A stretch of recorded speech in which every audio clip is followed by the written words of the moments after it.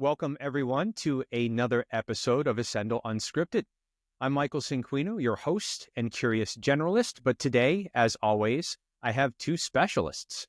Our first is Ascendle Unscripted veteran, Clint Edmonson, Director of Software Engineering, Ascendle. And we have Ramsin, Khoshabeh, Professor of Electrical and Computer Engineering at UC San Diego. Gentlemen, welcome. Thank you. We're here. Great to be here. Great to have you. Ramsin, since you're a newcomer to Ascendle Unscripted, I would love for you to introduce yourself, but I'm going to throw you a curveball because this is Ascendle Unscripted. And this quote, there are far, far better things ahead than any we leave behind. So you want me to introduce the quote or you want me to introduce myself? I want you to start from there. That quote is on your LinkedIn. So when I went to your LinkedIn, that quote lived there. And I would say maybe you could talk a little bit about what that quote means to you because it was on your LinkedIn. Then we would love to hear who you are. Yeah, that's a quote from one of my favorite authors, C.S. Lewis. And, the quote, I think why it resonates so much with me is it gives you such a hopeful perspective on what is to come. Growing up as a kid, I was a huge Trekkie. And I loved the first time actually is a very memorable moment for me. When I was little, I saw first episode, Encounter at Farpoint. I saw it with my mom when I was maybe 4 or 5 years old, and I thought it was a movie. And then I realized that it was the beginning of a TV series, and it became my thing that I had to watch. And what I loved about it was that it sort of painted this future of humanity where, obviously there were conflicts and stuff, but we all got along. There was, a pursuit of knowledge, of exploration, of deeper, richer humanity. And that quote that I'm talking about is actually not related to Star Trek at all.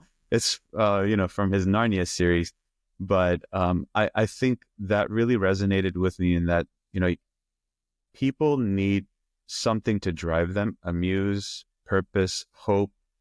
And when we don't have that, when you have kind of just I need to survive kind of mindset, you stifle the human spirit. And it's really about, you get one life, it's not very long. And so what can you do in that life? And so when you pursue things with that mindset, it really drives you to great aspirations, basically. Thank you so much for sharing that. Yeah, that's wonderful. So for the benefit of our audience, I know Clint knows you very well. I've been just introduced to you. So I would love to, and I'm sure the audience would love to hear a little bit about you, and then maybe we can dive in and talk about, spoiler alert, AI.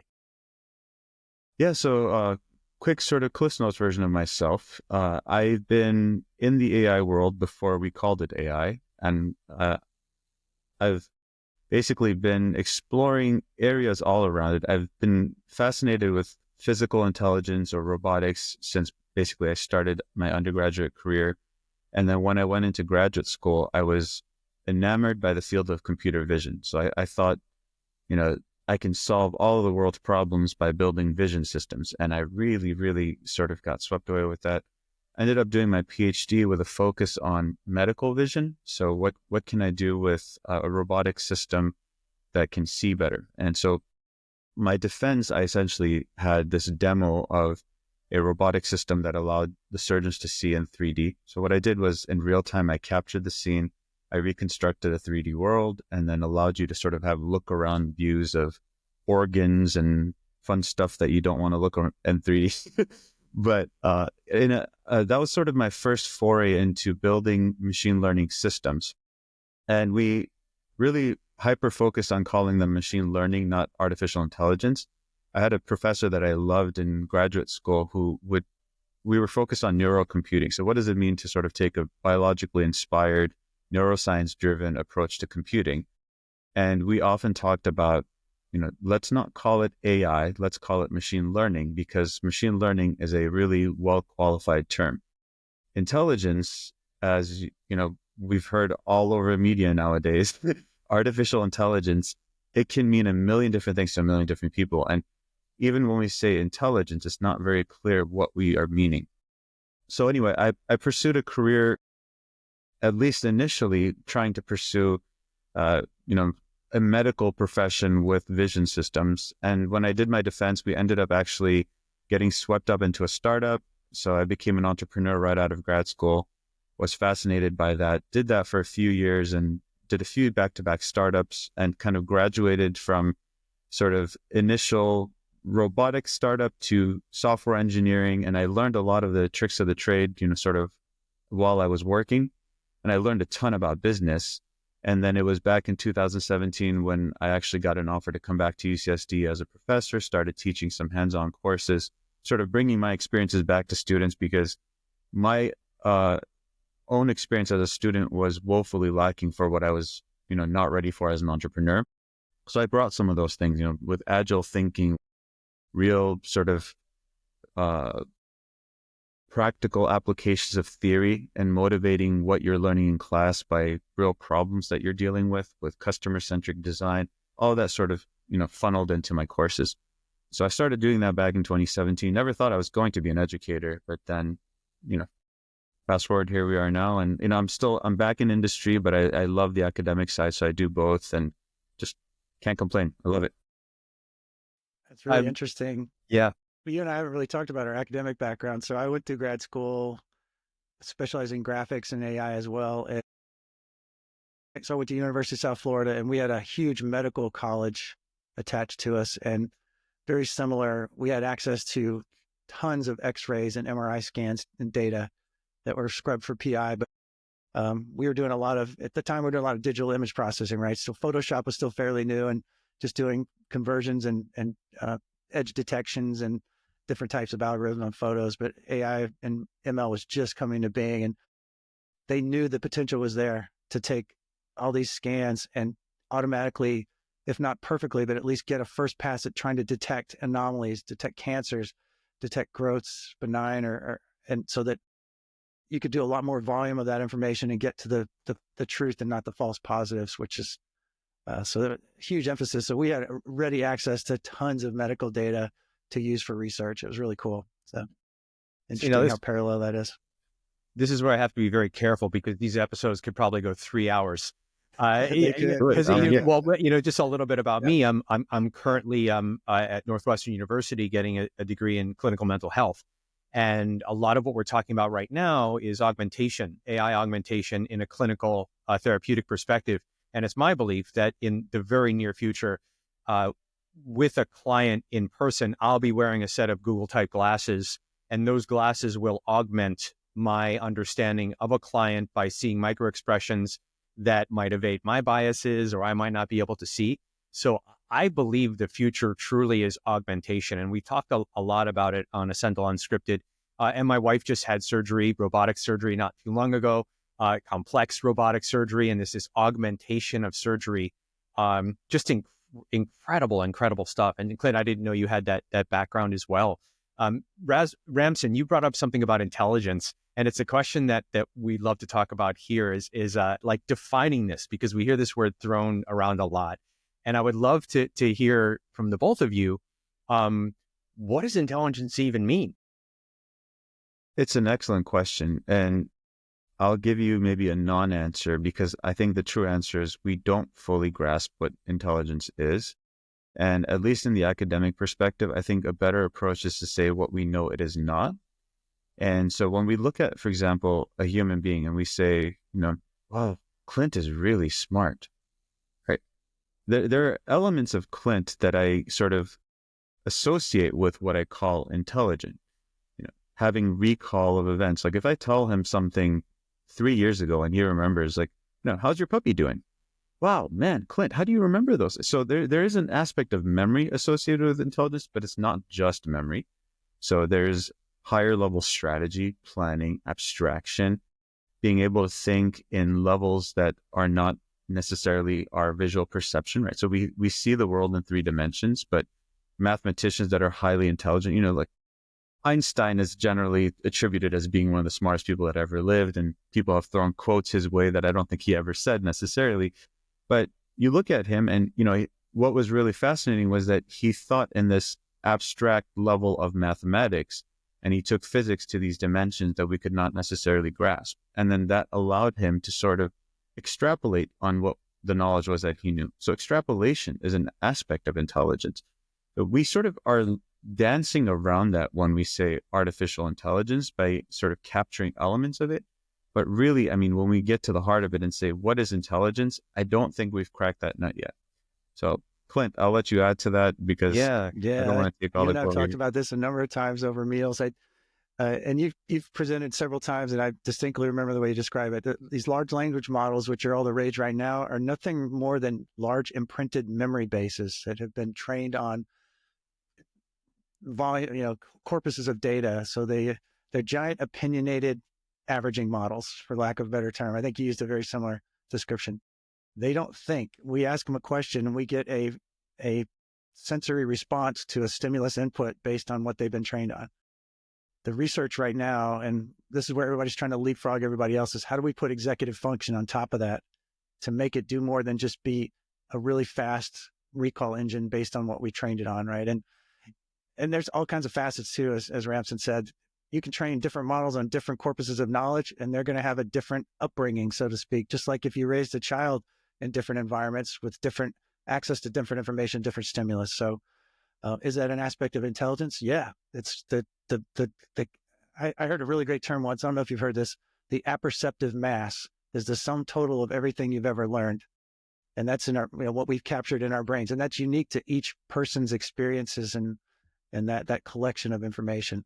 But that's just the start of it. It's how do we use that for abstract thinking, for logical step-based thinking, for algorithmic type work. So that's the part I think we're discovering now is, we still don't quite know how we do it. There's some unified theories of cognition that talk about how we take all these different components that we have and put it together and make up who we are, but it's still defined. I do, the optimist in believes in me, we will create something similar, if not identical to us. But honestly, where does that lead? Just creating more people like us. They may be different materials, but we are in a sense recreating what we already are, which I think is fascinating. Yeah. Clint, you got me thinking back to Ramsin, what you're teaching or maybe not teaching at UC. This idea, Clint, that you served of amassed knowledge, right? And right now will be the only time in history where those of us are still alive that have amassed knowledge without the aid of machines. So being a Gen X myself, right? I mean, we didn't even have phones in high school, nothing. There was no digital anything, and you had to go physically to a library to acquire knowledge. There was no internet. So the cohort that has come up without the aid of AI is still with us. And now we have a cohort that's, digital native. They don't know a world without the internet. Ramsin, I would love to hear if you have perspective around, kind of what Clint was leaning into there around this amassed knowledge and maybe the interaction with AI for those of us that have this amassed knowledge, and then those that may not have this amassed knowledge, where they had to amass it. Because I find with my students, I teach at UNH, and there are some things that I expect them to know that they do not know. And I'm surprised by it more often than not. And I would think with the amount of information you have access to, these would just be common knowledge, but they're not. So yeah, I'd love to hear your take on that. Yeah, you bring up an excellent point. I've actually talked about this at length quite a few times where, in education, we talk about Bloom's taxonomy, and basically you go from being able to regurgitate something all the way to being able to synthesize novel thought based on some information that you gathered and learned. And what you're touching upon when you say knowledge is really key, because there's a distinction between having information and having knowledge. And when it becomes, and that's where I take it back to, it's really hard for us to still, even though we are coming up with excellent models of cognition that are advancing neuroscience quite a lot, we still have this sort of disconnect where when does something become not just memory, but something that becomes a skill, for example? Like if you've ever driven stick shift, I mean, that's kind of also a dying thing nowadays, but learning to drive a manual car is a very interesting experience in knowledge acquisition as a human. So I have an old truck that I have that's manual, and I have a Tesla. So I have both extremes. But the old truck, I remember when I first started driving stick, I looked up all the Google things about, okay, what are the proper techniques and what do you have to do? Got in it and stalled the thing like 100 times. And like, I know what I'm supposed to do, but I can't do it, right?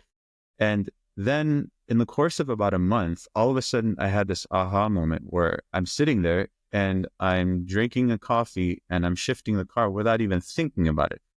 And then I was sitting there and saying, how did this go from Google search textbook knowledge, right, to all of a sudden it's experiential and it's basically autonomic at this point?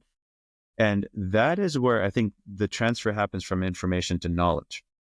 And we have, I think, maybe relegated too much to, it's okay, it's information, it's at your disposal, instead of actually assimilated and it becomes knowledge that you can use. And I see this in the academic world. I mean, long before LLMs came out, people were doing this with web searches, right? Or YouTube or, TikTok. I don't need to know how to change a tire. I can just TikTok it.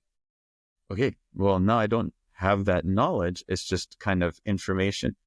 But what really, I think, sets humans apart is that expertise that you develop by repeating a skill, right? Great pianists, right? I can watch all the YouTube videos on earth about playing piano. I can't sit down and all of a sudden become the next Beethoven. And I think we're sort of failing in the academic world a little bit by not emphasizing the fact that, yes, there's a new tool out. Yes, Google search came out, but the libraries don't go away. But you can use Google search. Understand that you're still trying to assimilate knowledge for yourself.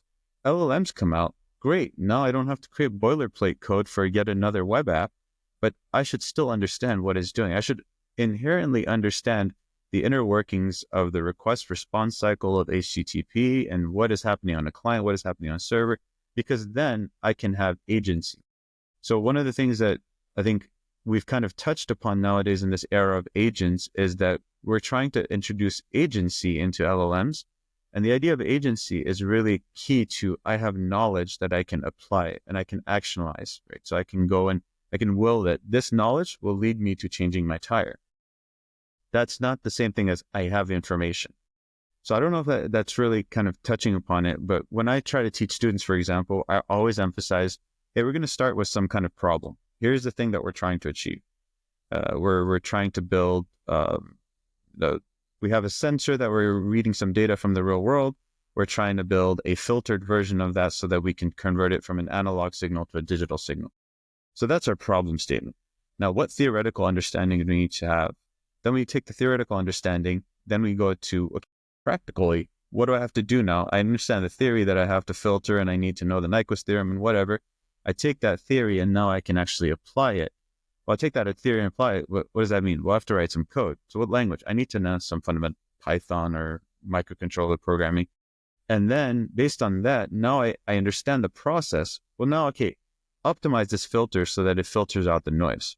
Now you're taking a further step. And then now can you take that thing that you just built and can you build some kind of smart device out of it? Because, hey, it's lovely that you can build a sensor and you can filter that sensor's information, but can you do something with that information? So taking it another step further.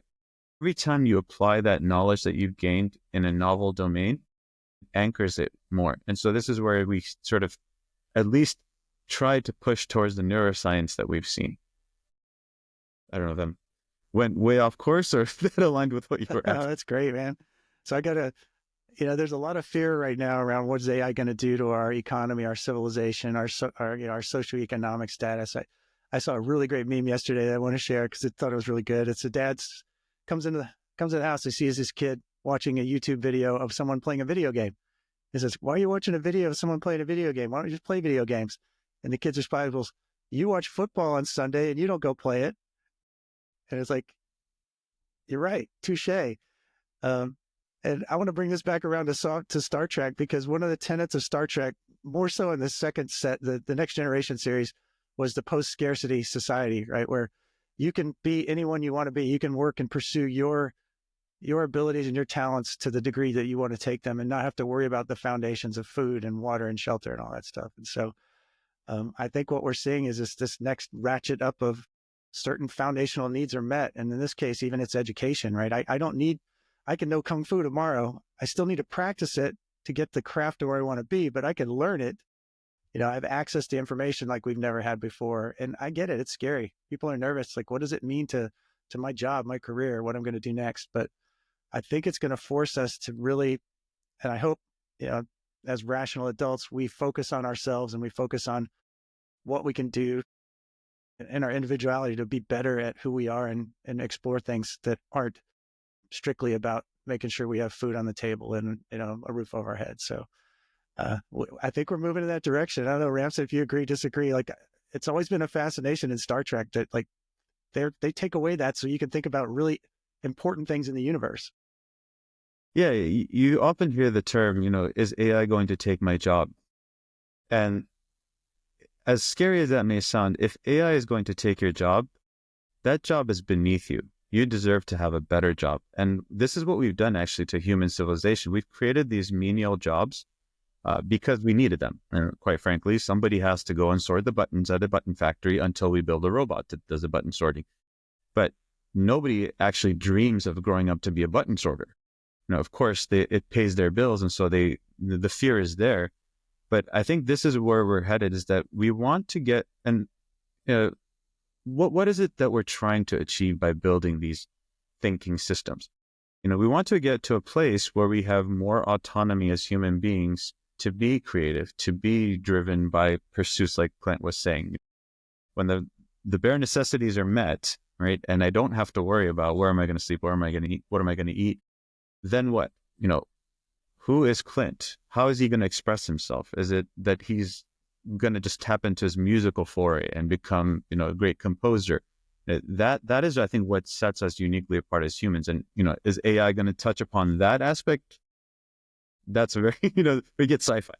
But at least for the time being, and I think for the foreseeable future, I think the real advantage is going to be that we're going to start automating some of these processes that are long-standing, tedious, boring, that humans should not be doing in the first place, and we've just had to do. And I think that's the optimistic future that I'm hoping we're getting towards. Yeah, that it's inevitable. We use advances in technology to improve our quality of life. That's what pushes us to do that. And I think this is just an amazing leap forward. Yeah, the dystopian really side cool. of it, it's like WALL-E, where you end up everybody's just kind of consuming TVs and sitting on. Right. Yeah. I don't actually do anything. I just watch other people do it. Yeah, or watch AIs do it. Yeah, that was what I thought was so poignant about that meme. I like, touche. We got to be careful about resting on our laurels and not actually taking advantage of the freedom and the relaxation of our needs to go pursue things that'll make us even better humans. Yeah, Really if cool. anything, I think we need to push people to be driven more to pursue passions and dreams, right? I think that's, if you're just making everybody a consumer of entertainment and then we're basically just passively sitting there, we're not really going to contribute anything, and then AI will do the thing. That's a really sad society, right? So I think we're at a pivotal moment in history, but it's all exciting. So I want to get this question out about true intelligence and AGI, but one more right-hand turn before we do. One of the tenets at UNH in the Business and Practice program is the distinction between a skill, an ability, and a capability. And to lay that out I know, Clint, I was like, ooh, what's the difference between those things? And to lay it out, a skill would be a pilot who can fly a plane, a new pilot. Ability means they're pretty darn proficient at it, right? They can fly well. They're not new. If they're met with some sort of resistance or a high wind on landing, they have the ability to deal with that. And then the capability is like the test pilot. The pilot that is such a good pilot that has amassed so much, the Sully, that is able to get in a plane that has never been flown by anybody and know the physics of flying so well that this capability exists where he or they could almost fly anything. One of the things that came up as you guys were talking is this almost degradation of capability, though, because those capabilities were the result of that skill building. Ramsin, the stick shift that you talked about. I learned how to drive stick shift at a car wash on other people's cars, and all I had to do was get out in first gear and drive it in the car. And I can't tell you how many clutches I burned out, on other people's cars. But yeah, you're right. It's like if you ease off too quickly, and then if you get on a hill, like those repetitions.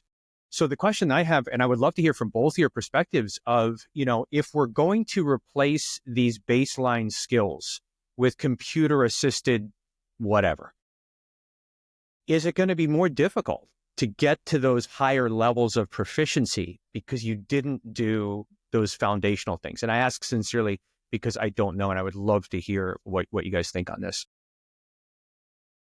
Yeah. Can speak. So Yeah, you want to go first, or I can speak from the no, go ahead, market Clint. perspective. You So go. that is a very real concern in software development in particular, because to be really good at coding, you have to go through your 10,000, 100,000 hours and break some eggs and learn the lessons, right? There's a real danger that the junior engineers aren't going to get exposed to enough to make the transition from a junior to a mid-level to a senior engineer, just because it's going to be taken care of. And so there's a concern that we'll have a deficit of talent in 5 to 10 years if the knowledge and the reps, basically getting the reps in to learn where you need to be, are not going to be there. So to your point about that hierarchy, I've heard of a similar one in information, right? You've got data, you've got information, you've got knowledge and wisdom. And it's a very similar progression from raw information to using that information, to being a master of it, to being almost like a wizard where you just know things and nobody knows why you know it. It's because you've gone through that trajectory of learning to get there. And that is a concern, that we just won't need to learn certain things because it'll be readily available. So, yeah, Ramsin, yeah. Yeah, I agree with you. So the thing is that with software engineering, this level, what we're seeing right now basically is yet another level of abstraction. If we just take a step back and say, what are LLMs doing for us? It's become basically a new interface into computing. And, this is why Perplexity just made an announcement saying they created a new browser, why all these companies are out competing each other, trying to make coding agents. So they're trying to create interfaces for you to do the thing that you do at a more abstracted, I don't know if you've heard the quote, but people saying the next programming language is going to be English or human natural language. And it's this higher level of abstraction. Well, that's all well and good when it works. But when it doesn't, and you need to go down a level of abstraction, that's when it becomes problematic if you don't have that skill set. Because if English is the programming language and we all become really proficient English speakers, great. Now I have expertise as English. But the moment I go down and look at the actual source code, I'm like, what on earth is happening? But that's been true all along. I mean, how many of us are proficient assembly coders? But it's still out there, right? Or how many of us can actually, go and work at the silicon level and do the zeros and ones? And, do you remember transistors if you've ever studied them? But we rely on the lower levels because it gives us more agency. Again, going back to that word of agency, it gives us more agency to do things. You think about back, we're doing the Star Trek analogies here. When, Geordi would say, hey, computer, run a simulation and tell me if I tweak this thing, are we going to blow up the ship? And the computer says, no, that's a good thing. Tweak it, right? He would have to spend a lot of time doing either on paper or actually, writing a piece of code to do that.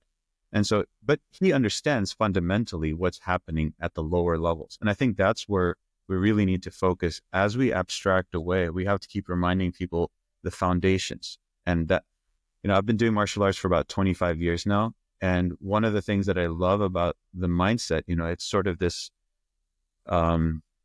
artisan culture where repetitive behavior leads you to have deeper and deeper insights, which I think it's kind of becoming like a lost art nowadays. But it's the same thing with coding, right? Anything, piano, right? Anything that you have to keep repeatedly doing allows you to go one level deeper and deeper in understanding.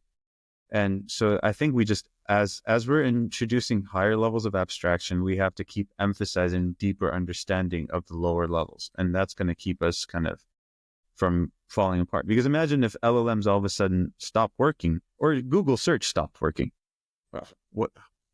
How can I go to, LA? Oh my gosh, I don't know the directions because planes falling out of the sky. Yeah. Cars crashing into each other. Yeah. I've got to sneak in a Star Trek reference here from earlier film Star Trek 3, the one where they go back to San Francisco in the 20th. Save the whales. Yes, to save the whales, and Scotty gets in front of a 20th century computer and he sits down and goes, "Hello, computer," and like nothing happens. And then Bones hands him the mouse. He's like, "Ah, of course." He's like, "Hello, computer," nothing happens. And the 20th century guy's like, "Just use the keyboard, okay?" Like he's like, "Oh, keyboard." But it was really cool because he knew how to do that, because it was clear that like Scotty had worked on a keyboard, had those skills, and was able to go back to the keyboard and, in like 30 seconds, type up the formula for transparent aluminum. So that's a really interesting example of someone that did acquire those earlier skills through repetition. And then also to note with Boeing, I know it's not a pleasant topic, but when the 737 MAX was having troubles, those engineers got rid of all the computers. They went back to blueprints. They said, no computers, out of the room. Let's look at blueprints. Let's really understand what this is going. So, I'm hearing from both of you that there is, a little bit of sometimes a big bit of a downside here is where we become too reliant on those foundational skills. If the assist is removed, you can't fly the plane anymore. So if you can't land the plane without the computer, you can't really land the plane. So I guess like I would love to shift gears here because this is something that I could talk about for hours, but maybe it overlaps as well. I don't know. True intelligence and AGI. How close are we to true intelligence and AGI? Go ahead, Clint. Easy one for you. We're still trying to define intelligence, and that's probably been several thousand years of philosophy defining what it means to be, an entity, a being, sentient. That's, it goes back to Descartes, right, or earlier. It's debatable. I know there's benchmarks that come out, and every week somebody beats that benchmark. Said my AI is smarter than your AI. I relish the journey we're going on, and I can't wait to see how it plays out. But as soon as someone says they've defined it, somebody else will come out and say, I have a better one. And I love it. It's an arms race to some degree, but it's a very interesting one. Will we ever define it? I think we'll get to a point where it's indistinguishable, which is the classic sci-fi reference. I think, like I said earlier, I think we're recreating to some degree what we could do biologically by having children. Like we're recreating, in a sense, an artificial version of who we are. I think that's, will it be smarter than this? Faster than this? Maybe, but it's still based on us to a large degree, just because that's where the research has been. So I had actually a very interesting debate yesterday with a student who was convinced that AGI is right around the corner. And I'm maybe on the skeptic, a little bit on the, I would say I'm a skeptic. And largely because my thought is that right now, as Clint alluded to earlier, is that what we have kind of gotten into is the business machine has run far ahead of the actual research. And the companies are making tons of money and no one's complaining. Keep feeding our research. So go ahead, keep saying GPT-5 is AGI because it's going to keep giving us an infusion of hundreds of millions of dollars. I understand their positioning and why they can't, say, all right, no, let's hold on this and let's focus on the academic side of things. But if you take a step back and look at the fundamentals of what language models do, right? They are representing language in a probabilistic mathematical sense, or neural network, basically just activations of these neurons. And we save these weights and we say, this is now a learned representation of this corpus. So I have a volume of data, all of Wikipedia, whatever, and I essentially have a compressed representation in these neural network weights. And Transformer is giving me this notion of attention that now I have contextual understanding. And great, I have this representation of this corpus of data. Knowing the information, as we've been kind of alluding to here, knowing this information, even in an abstract compressed representation, does not mean I have wisdom or I have agency to act on that. And I think taking it back to like, if you sort of look at a human being without getting too philosophical or metaphysical or religious, but just stepping back and saying, what is a human being? We have sort of drives, right? When you wake up and your stomach's rumbling, you're hungry, you're like, man, I need to get some food. So that's sort of like a primal thing that's there. We need to eat to stay alive.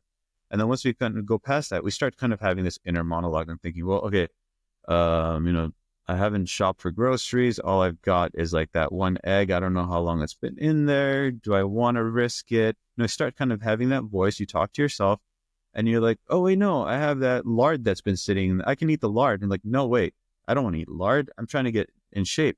And then you start kind of reasoning with yourself, like, okay, higher level, stepping back, strategizing. You know what? I'll be okay because there's a coffee shop. I'll stop by and get a nice croissant. I can handle it until then. And then we act on it. And so we we step up this sort of higher and higher levels of thought process till we get to a point where we take an action. We're sort of mimicking that right now with LLMs, but in a crude way. And the idea of chain of thought is essentially let the LLM keep talking to itself. And as a result, in its context, it's going to have information to better respond. But that's a little bit of a misleading thing. That's like saying, if I try to remember things from before, right? If we basically say that the model weights of a neural network, like an LLM neural network, of the model weights are a distant memory, like kind of fuzzy memory of the distant past, and the context of the LLM is my short-term memory. What we're essentially doing with model thinking, or these reasoning models like the O models, they're basically saying, let's take this model weight stuff, put it into context, and keep regurgitating in context.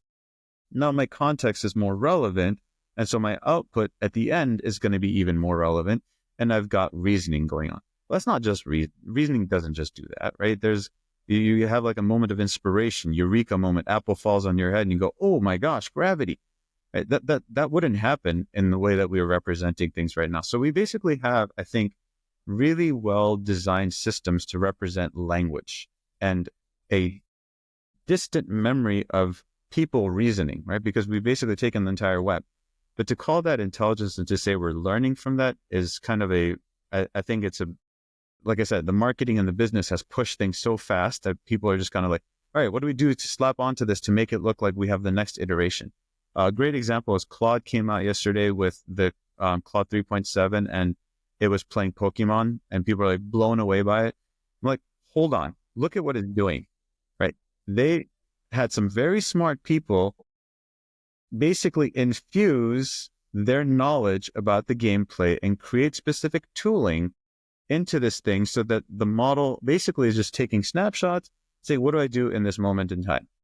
And so they're guiding this memory to act. So they're doing that higher level reasoning to do the actions, but it's still just a memory module essentially. And I think we need to get a better grasp of how do we do the cognition side, not just the memory side, before we can say intelligence is here. I don't think we have that yet. We've mimicked it with really great software, but the exciting part is like the amount of money being pumped into these companies, Anthropic, OpenAI, Meta, it's just leading to greater and greater research. But my fear is that people get so swept away with all the glitz and the glam, and, a lot of charlatanry sort of comes into play there, that the real good science you have to dig through all that to find where actually like innovation is happening. Like the transformer is mind-blowingly amazing at understanding context. Huge step in our representation of language. But now what's the next huge step? I don't think it's going to be just like, what was it? Custom GPTs. OpenAI released, I don't know if you ever played with them. Custom GPTs was a stopgap. They basically had to release something to say we're still innovating. But really what it was essentially, you go make custom prompts, you give the LLM a piratey voice or whatever it is. But it's not becoming intelligent in any real practical scientific mean. So that's why I have a hesitation from saying that we're at AGI. There are other reasons too. And the data problem, right? More data does not mean more smart. You have a child, you give them one example, and all of a sudden they pick it up, whether it's a good example or a bad example, right? I have a son, 1-year-old son, and the other day turned on the light, he looked up and he went, wow. And I said, I never taught him to do that. Like, where did he learn the wow thing? Right? I didn't have to give him a million training examples and all this stuff and have him sit there computing. So there is still a big gap. And I think we anthropomorphize way too quickly, and we get excited about what we are innovating with. And it is an exciting time to be alive. I mean, the tools are just mind-boggling and how fast new things are coming out. But to call that a general intelligence like HAL 9000 or the Star Trek computer, and even then, the Star Trek computer, as awesome as it is it generally intelligent? Does it have like free agency? I don't think so. Sorry, that was setting expectations. Yeah, Clint, I mean, I feel like, Ramsin, thank you for that. What can we realistically expect? You were laying some of it out there. Clint, do you have any thoughts around realistic expectations here in the foreseeable? Yeah, I mean, to piggyback what Ramsin said, when we see free will, I think we're going to know it. I don't think any of us are seeing it just yet. And that will be incredibly frightening, and it'll happen real quick, and we'll all go, now we need to pay attention. But now, foreseeable future, I just see incredible improvements in the quality of life. I think little things, enhancements in our phones that help us respond better, connect better to, I would love to not have to drive. I've been driving since I was 14, 15, I would love to just be able to get in a vehicle and go somewhere. I'd love to teleport, honestly, but if I can't, I'd love to have that time back to do something besides having to pay strict attention to other people and make sure I don't, get hurt. So it's going to pop up in a lot of interesting ways. And that's one thing that does make us unique is we come up with really creative, innovative ways that someone else didn't think of. As Ramsin said, the apple falling on my head moment. I'm not sure where it's going to pop up next, but it's going to be awesome. And we're going to, as soon as we see it, we're going to go, how did we ever live without this? And I look forward to it. So we're running out of time, but I definitely want to talk about agents. And, those do seem to be something that's going to be a part of the future. So maybe if both of you could weigh in your perspective on agents, because they seem to be becoming more prominent. You see this term a lot more everywhere. Ramsin, what's your perspective on agents being the future, or what that might look like? Yeah, I like the idea of agency, and I think once we crack that nut and have a better representation. So when we say agency, like to take a step back, what we say is basically acting in a certain domain in a specific way. So when I create an agent, right now what we're doing is basically pieces of code. So if I have, for example, a weather API that I can call with a piece of Python code, I can say, okay, now I can take OpenAI's LLM and make it a weather agent by having it invoke this function anytime I want to get the weather.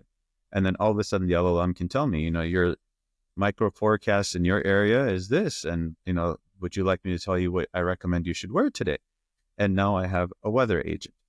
But there is not a standardized system. It's basically just code that we're allowing and same thing with the Claude playing Pokemon, right? It was invoking these tools that it could use, and then now it's a gaming agent. So we've stepped into that space, and I love that space because I think that's where we get to these actionable, intelligent systems. But I think we need to take a step back and say, how do we determine agency? And if we want to get to AGI, right, general intelligence, that means general agency. And so then we get into Isaac Asimov's laws and stuff like that. But when we talk about agency in a holistic sense, can we now do what we did with the language modeling at the agent level instead of crafting pieces of code? Because what would happen is if we continue down this trajectory, someone's probably going to release a marketplace of 1 million agents. Like Hugging Face is actually kind of pushing for this with their small agents library. But essentially we'd have like a curated marketplace of agents that are pieces of code that LLMs can invoke when they need to do certain tasks. And then we have essentially these intelligent systems.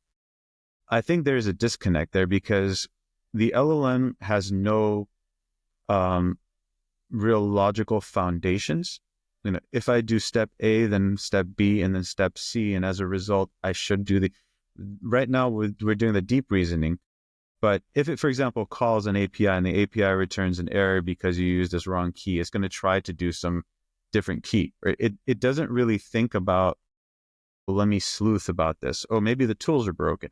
The higher level cognitive stuff, I think that we have to go back to the neuroscience. I don't know if you're familiar with the field of neuromorphic engineering, but it's really sort of flipping. Right now, we're sort of taking software engineering, applying that paradigm onto neuroscience, and like think about like our perceptron model or the idea of a neuron, right? We basically take an entire neuron, this sophisticated, multicellular, magnificent design of a system. We take that and we say, okay, it's a switch. And we say, neuron switch. And then we put a lot of switches together, and then now we built neural networks. Well, we did first order approximation of a neuron to get this really complex system. I think we have to do that kind of thing with the neuroscience motivation for cognition, and then say, how do we define agency? Right? Can we build like a model of a hippocampus that communicates with, for example, our LLM? Now, if I treat my LLM as memory, and then I have a hippocampal model that's doing my agents or agency, now I can step away from the let's have engineers create these million agents that, if the library got updated, all of a sudden the weather API doesn't work anymore, and then that agent is broken and it's useless.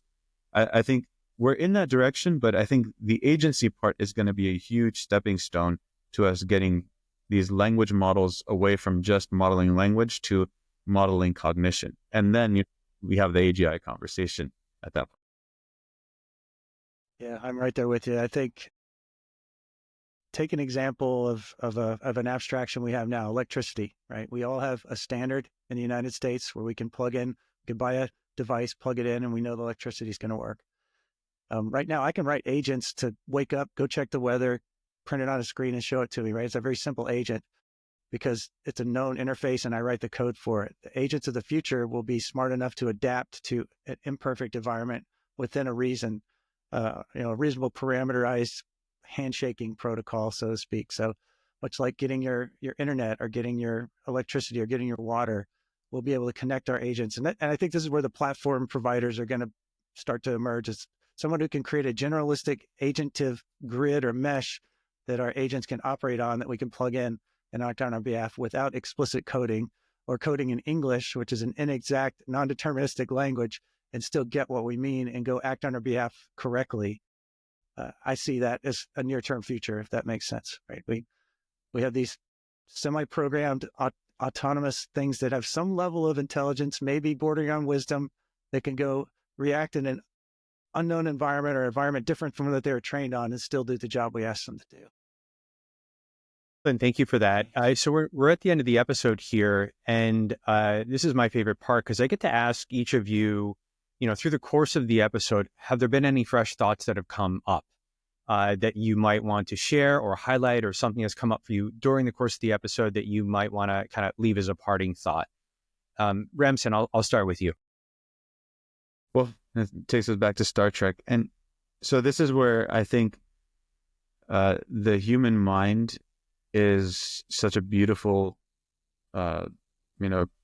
system that out of the mind of a person like Gene Roddenberry, an entire universe is born.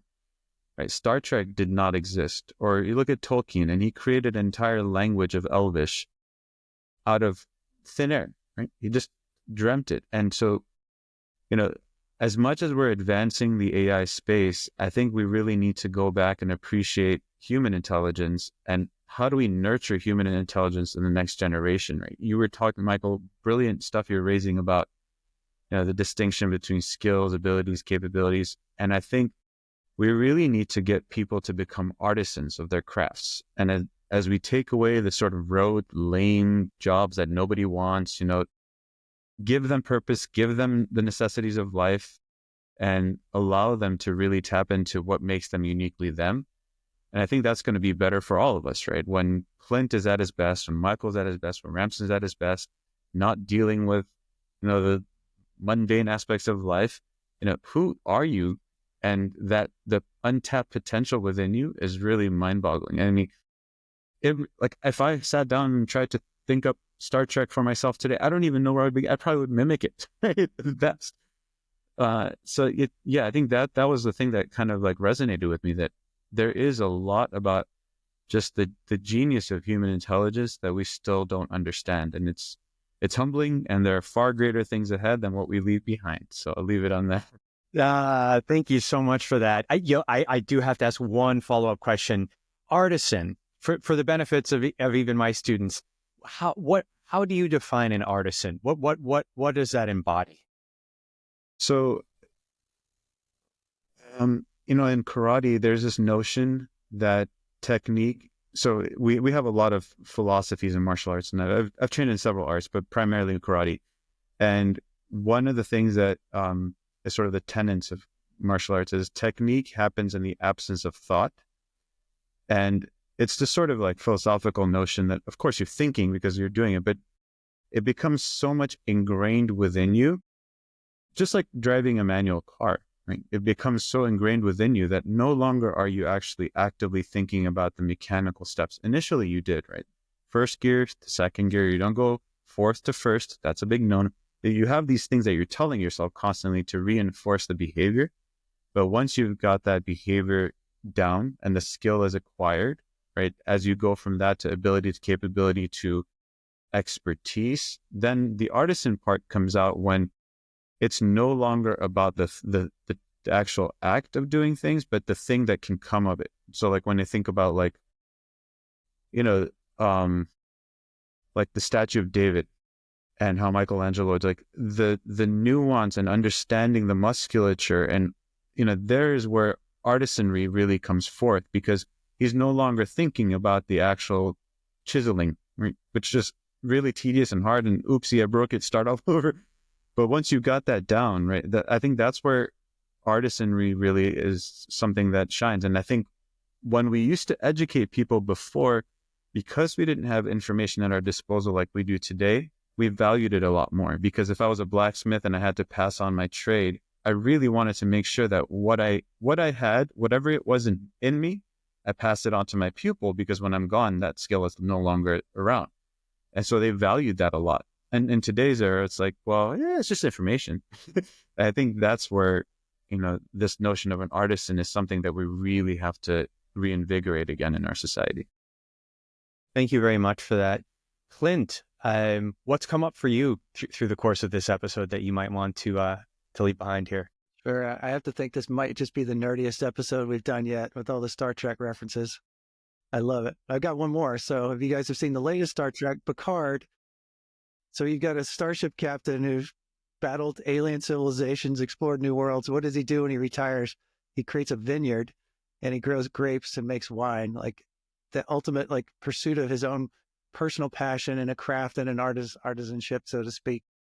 Like in a post-scarcity type society, like we all have the potential to work on what interests and pursuits and passions we want to do, and not what we're forced to do to make our way in the world, because it's a lot harder right now. So I genuinely have optimism that it will abstract away some things that will free us up to have higher order thinking and pursue, finer things in life. So I just think it's going to be awesome. Thank you very much for that. Audience, thank you for joining us for this unapologetically Star Trek heavy episode of Ascendle Unscripted. Ramsin, Khoshabeh, professor in electrical and computer engineering at UC San Diego, thank you for being a guest. We hope to see you again soon. My pleasure. Clint Edmonson, director of software engineering at Ascendle, always a pleasure. For those of you that are following us on YouTube, make sure you hit that subscribe button to see new episodes. We're available on Spotify and soon coming to all major platforms. This is your host, Michael Cinquino, signing off, Ascendle Unscripted. Thanks for joining us.